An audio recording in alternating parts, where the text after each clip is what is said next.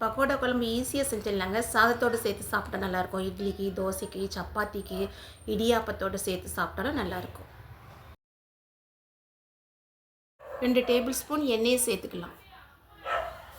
எண்ணெய் கொஞ்சம் சூடான பிறகு கடுகு 1 டீஸ்பூன், 1/2 டீஸ்பூன் கடுகு சேர்த்துருக்கேங்க. கடுகு பொரிஞ்சவுடன் 1/2 டீஸ்பூன் சீரகம், கொஞ்சம் கருவேப்பிலை, ஒரு 20 சின்ன வெங்காயங்க 2 கட் பண்ணி சேர்த்துக்கலாம். இந்த குழம்புக்கு சின்ன வெங்காயம் சேர்த்து தான் நல்லாயிருக்கும். வெங்காயம் ஒரு 2 நிமிஷம் வதக்கினா போடுங்க.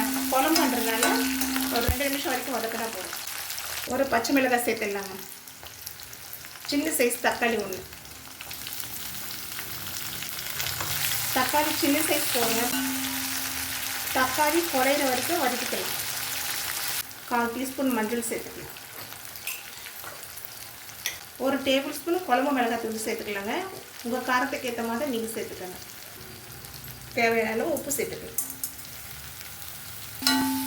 1 நிமிஷம் வதக்கிக்கலாங்க.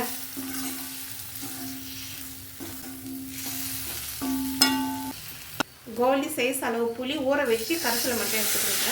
சேர்த்துக்கலாம். தண்ணி ஒரு 2 கப்பு சேர்த்துக்கலாங்க.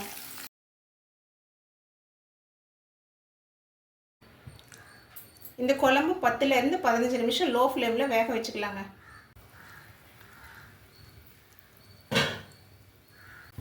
குழம்பு வெந்துடுச்சுங்க. இப்போது ஸ்டவ் ஆஃப் பண்ணிவிட்டு பக்கோடா சேர்த்துக்கலாம். Stove off பண்ணியாச்சுங்க. பக்கோடா சேர்த்துக்கலாம். குழம்பு தண்ணியாக இருக்குங்க. பக்கோடா சேர்த்தனால கொஞ்சம் நேரத்தில் குழம்பெல்லாம் பக்கோடா இழுத்துட்டு கட்டி பதத்துக்கு மாறிடும்.